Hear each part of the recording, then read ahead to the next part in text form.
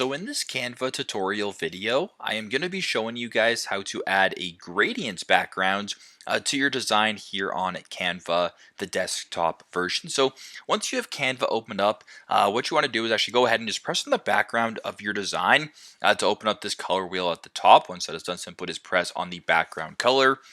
Now, if you just want some gradients that are automatically added, you can simply just go to the bottom here where there's like a whole bunch of different gradients you can just press on. This, of course, will change it to your background. Now, if you want to edit the colors of the gradient, for instance, so let's just say, for example, you press on this background right here. So it's kind of like a reddish orangish color.